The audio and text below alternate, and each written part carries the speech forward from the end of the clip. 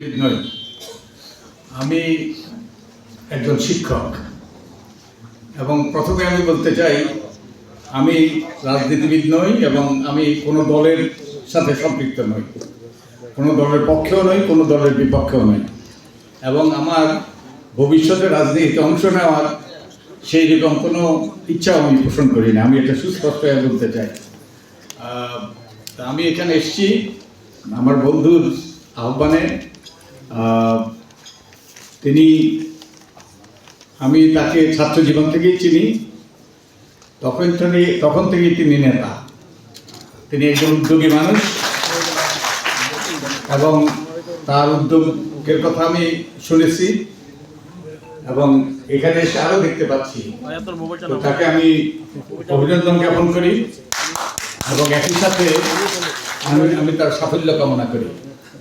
একটা কথা এখানে বারবার বলা হয়েছে যে আমার পক্ষ থেকে সহায়তা করবো। অবশ্যই আমি আমার পক্ষ থেকে সহায়তা করব, কিন্তু একটা কথা সুস্পষ্ট হওয়া দরকার, আমি এই সরকারের অংশ নই, আমার কোনো সরকারি ক্ষমতা নেই। আমি যে কাজটা করেছি নির্বাচনী ব্যবস্থা সংস্কারের ব্যাপারে, সেটা সম্পূর্ণ স্বেচ্ছাশ্রমের ভিত্তিতে করেছি। একজন নাগরিক হিসাবে নাগরিক অবস্থান থেকে এইগুলো দায়িত্ব আমার উপর অর্পণ করেছে আমাদের মাননীয় প্রধান উপদেষ্টা। আমি এটা সানন্দে গ্রহণ করেছি এবং সম্পূর্ণ আন্তরিকতার সাথে এটা করার চেষ্টা করেছি। বস্তুত আমি বলবো, আমি বহু বছর বিদেশে ছিলাম, আপনারা হয়তো জানেন না। আমি 21 বছর মার্কিন যুক্তরাষ্ট্রে ছিলাম, সেখানে লেখাপড়া করেছি, সেখানে অধ্যাপনা করেছি। আমি মার্কিন মহাকাশ গবেষণা সংস্থা নেশাতে কাজ করেছি, সৌদি আরবের রাজ পরিবারের সাথে কাজ করেছি। কিন্তু আমার এই যে আমাদের মাননীয় উপদেষ্টা আমাকে যে দায়িত্বটা দিয়েছে, আমার জীবনের বোধহয় সবচেয়ে বেশি গুরুত্বপূর্ণ দায়িত্ব বলে আমি মনে করি। এটা কয়েকজনের ভাগ্যে জুটে। আমার জন্ম লাকসামে, একটা দরিদ্র পরিবারে আমার জন্ম। এই আব্দুল্লাহ মামুনের যে পরিবার, আমার পরিবার তার সম্পূর্ণ ভিন্ন। তিনি 5 সন্তানের একজন, আমি 1 সন্তানের একজন। আমি একমাত্র সন্তান ছিলাম আমার বাবা মায়ের এখন একমাত্র সন্তান, যদি আমার বাবা মা বেঁচে নেন। আমি দরিদ্র পরিবারে জন্মগ্রহণ করেছি। আমি লেখাপড়া করেছি বহু কষ্ট করে। ঢাকা বিশ্ববিদ্যালয়ে পড়াশোনা করেছি, ঢাকা বিশ্ববিদ্যালয়ের শিক্ষক ছিলাম। তারপর মার্কিন যুক্তরাষ্ট্রে লেখাপড়া করার পর সেখানে বহু বছর অধ্যাপনা করেছি। 21 বছর আগে আমি দেশে ফিরে এসেছি। কারণ ওই যে আমারও সেই মনিরুল চৌধুরীকে, আমার তো বয়স হয়েছে, মনিরুল চৌধুরীকে যেই বিষয়ে উৎসাহিত করে, অনুপ্রাণিত করে এবং রাতে বোধহয় ঘুমোতে দেয় না, সেটা আমাকেও করেছে। আমি 21 বছর মার্কিন যুক্তরাষ্ট্রে অধ্যাপনার পর সেখানে আমি একজন ফুল প্রফেসর ছিলাম, ফুল প্রফেসর ছিলাম। সেটা ছেড়ে দিয়ে আমি এসেছি কারণ আমার মাতৃঋণ শোধ করার জন্য। আমি 91 সালে ফিরে এসেছি। কত বছর হলো এখন? 34 বছর। এই 34 বছর গ্রামে গঞ্জে ঘুরে বেড়িয়েছি, অনেকে বলে ভ্যারেন্ডা বেঁধেছি। বস্তুত আমি চেষ্টা করেছি আখতার হামিদ খানের, আমাদের প্রতিশ্রদ্ধেয় আখতার হামিদ খানের পদাঙ্ক অনুসরণ করতে। তিনি যে অনন্য সৃষ্টি করেছেন, আপনারা জানেন কিনা, আখতার হামিদ খান আইসিএস হওয়াটা কিন্তু চারটিখানি কথা না। মানে ওই আইসিএসটা হলো এমন ব্যক্তি যারা দেখতে ভারতীয় কিন্তু হবে ব্রিটিশের মতো সব আচরণ, এবং ব্রিটিশের পক্ষে, ব্রিটিশের কল্যাণে এই ভারতবর্ষ শাসন করবে। 1000 ব্যক্তি দিয়ে সারা ভারতবর্ষ তারা শাসন করেছে, 1000 আইসিএস দিয়ে। এবং সেই ব্যক্তি কিন্তু পদত্যাগ করেছে। যে আমাদের যখন 50-এ মন্বন্তর, সেই 50-এ মন্বন্তরে 30 লাখ মানুষ মারা গিয়েছে, 3 মিলিয়ন পিপল। তখন তিনি যে প্রতিবাদে তিনি পদত্যাগ করেছেন তার এই পদ থেকে। এবং তারপরে তিনি কি কাজ করেছেন জানেন? তিনি তালাওয়ালার কাজ করেছেন, তালা তৈরি করার কাজ করেছেন। তারপর জামিয়া মিল্লিয়া বিশ্ববিদ্যালয়ে তিনি শিক্ষকতা করেছেন। তারপরে এখানে তিনি এসছেন এবং কুমিল্লা বার্ড ঘটনার ব্যাপারে, সৃষ্টির ব্যাপারে আইয়ুব খান, তখনকার প্রেসিডেন্ট আইয়ুব খান তাকে অনুরোধ করেছিলেন, তার জন্যই তিনি কুমিল্লা বার্ডের সাথে যুক্ত হয়েছিলেন। এবং এই এলাকা না, এবং কুমিল্লা বার্ড সৃষ্টি হয়েছে কেন জানেন? কারণ এই এলাকা ছিল বাংলাদেশের মধ্যে তখনকার পূর্ব পাকিস্তানের সবচেয়ে দরিদ্র এলাকা। এই দরিদ্র এলাকাতেই এটা তিনি সৃষ্টি করেছেন এবং অনন্য অবদান রেখেছেন।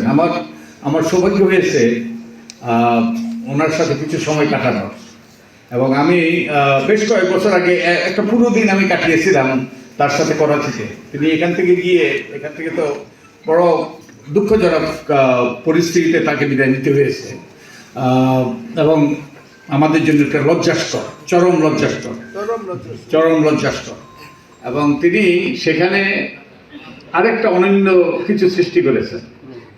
তিনি চৌরঙ্গি পাইলট প্রজেক্ট বলে একটা ওই যে কার্যক্রমের সাথে যুক্ত ছিলেন। তিনি সেখানে 3 মিলিয়ন পিপল, এবং ওটা একটা বস্তি, এবং ওই বস্তিটাকে বলা হতো যে এমন বস্তি যেটা ওই যে সব জাতি ধর্মের লোক ছিল ওখানে। চৌরঙ্গি পাইলট প্রজেক্ট নিয়ে এখান থেকে যাওয়ার পরে তিনি যেটা করেছেন, এবং তিনি আমাকে বলেছেন তো না, তার বড় আফসোস ছিল পাকিস্তান তাকে সম্মানিত করেনি, পাকিস্তানে তার স্বীকৃতি দেয়নি, পাকিস্তানে তার পক্ষে কোনো কিছু করা সম্ভবপর হয়নি, কারণ আইয়ুব খান ছিল না। এবং তিনি এই 3 মিলিয়ন পিপল, 30 লাখ পিপলের জন্য ওটা বসছি, তিনি তাদেরকে সংগঠিত করে তিনি সেখানে পয় নিষ্কাশন ব্যবস্থা তাদের প্রচেষ্টায়, তাদের উদ্যোগে এটা করেছে। আমি নিজে দেখে এসেছি। এবং তিনি বলেছেন, তিনি আফসোস করে বলেছেন, কোনো পাকিস্তানি নেতৃত্ব তার কাছে, কোনো পাকিস্তানের কোনো নেতা তার কাজ দেখতে আসেন নাই। ওটা তার সবচেয়ে বড় আফসোস ছিল। তো একজন অসাধারণ মানুষ। এবং তো আখতার আলীম খানের অবদানটা কি? যে আখতার আলীম খান অনেক কিছু করেছেন, কুমিল্লা কলেজ থেকে শুরু করে তারপরে সেখানে তিনি অবদান রেখেছেন, এবং এই বার্ড সিস্টেমের অনন্য বিশ্বখ্যাত একটা প্রতিষ্ঠান হিসাবে রুরাল একাডেমির বিশ্বখ্যাত। এখানে হার্ভার্ড বিশ্ববিদ্যালয়ের অনেক বিশেষজ্ঞরা এসেছেন এবং এখানে স্টাডি করেছেন, এবং এই সম্পর্কে যেই তারা জ্ঞান অর্জন করেছেন সেটা সারা বিশ্বে তারা ছড়িয়ে দিয়েছেন। হার্ভার্ড বিশ্ববিদ্যালয় পৃথিবীর অন্যতম শ্রেষ্ঠ বিশ্ববিদ্যালয়।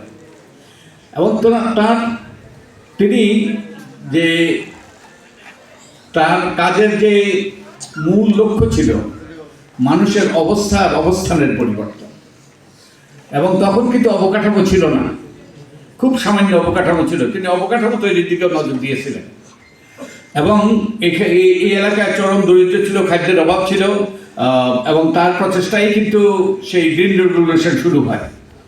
এবং তিনি যে মানুষের অবস্থা কি, তিনি বিশ্বাস করতেন যে অফুরন্ত ক্ষমতা নিয়ে মানুষের সৃষ্টির সেরা জীব। মানুষ স্বয়ংসম্পূর্ণ হিসেবে সৃষ্টি হয়েছে। প্রত্যেকটা মানুষের যা কিছু দরকার তার নিজের পায়ে দাঁড়ানোর, আত্মনির্ভরশীল হওয়ার জন্য তা দিয়ে তাকে সৃষ্টি করা হয়েছে। আপনারা চিন্তা করে দেখেন যে আমরা বাংলাদেশিরা শ্বেতাঙ্গরা, আমরা কালো ওই যে রঙের মানুষ, আর সাদা রঙের যে কোনো একজন মানুষের সাথে চিন্তা করেন যারা উন্নত বিশ্বের বসবাস করে, তাদের সাথে আমাদের কোনো পার্থক্য আছে? শারীরিক শক্তির দিক থেকে, মানসিক শক্তির দিক থেকে কোনো পার্থক্য নেই। তাদের যেমন দুটো চোখ, আমাদেরও দুটো চোখ, তাদের যেমন দুটো হাত, আমাদেরও দুটো হাত। হয়তো শারীরিকভাবে তারা পুষ্টি পেয়েছে বলে তারা একটু লম্বা চৌড়া, কিন্তু যে বুদ্ধির দিক থেকে, মানসিক শক্তির দিক থেকে তারা আমাদের থেকে উন্নত নয়।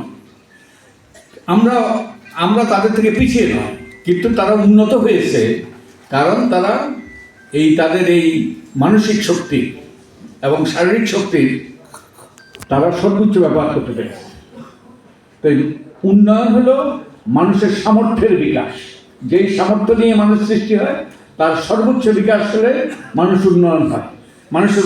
তার মানে মানুষের আত্মশক্তি, যে অফুরন্ত শক্তি দিয়ে সৃষ্টির সেরা জীব হিসাবে আমাদের সৃষ্টি করেছে, তার যদি বিকাশ ঘটে, তার যদি মানুষ খুঁজে পায় এবং তার যদি কাজে লাগাতে পারে, তাহলেই তার পক্ষে কোনো কিছু অসম্ভব নয়। এবং সে নিজের পায়ে দাঁড়াতে পারে। তাই আমি বলি যে মানুষকে স্বয়ংসম্পূর্ণ হিসেবে সৃষ্টি করা হয়েছে, যা কিছু দরকার নিজের পায়ে দাঁড়ানোর জন্য, যাতে সে আত্মনির্ভরশীল হতে পারে। এবং আত্মনির্ভরশীল হওয়াটা, নিজের পায়ে দাঁড়ানোটা যে এটাই স্বাভাবিক, না দাঁড়াতে পারা অস্বাভাবিক। কারণ মানুষকে সব কিছু দিয়ে সৃষ্টি করা হয়েছে। বরং আমরা যারা এই যে সৃষ্টিকর্তা আমাদের সব কিছু দিয়ে সৃষ্টি করা সত্ত্বেও আমরা যখন নিজের পায়ে দাঁড়াতে পারি না, তখন সৃষ্টির মাহাত্ম্যকে অস্বীকার করা হয়। তো আমি যে অনেক রকম পরিকল্পনা আপনারা বলছেন এই স্যাটেলাইট সিটি, তারপরে ইয়েকে এই এলাকাকে উপজেলা কিংবা অন্যান্য কিছু স্যাটেলাইট ময়নামতিকে এবং স্যাটেলাইট সিটি করার, এগুলো গুরুত্বপূর্ণ নিঃসন্দেহে। তবে সবচেয়ে গুরুত্বপূর্ণ মানুষের উন্নয়ন, মানুষের অবস্থানের উন্নয়ন।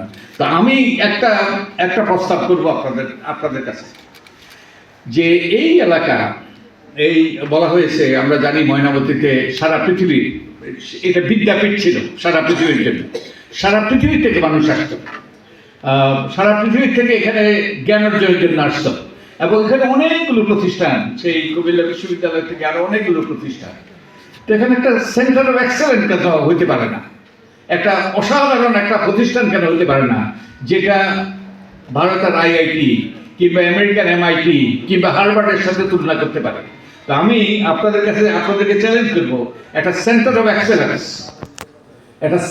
এক্সেলেন্স তৈরি করার জন্য আপনারা উদ্যোগ নেন।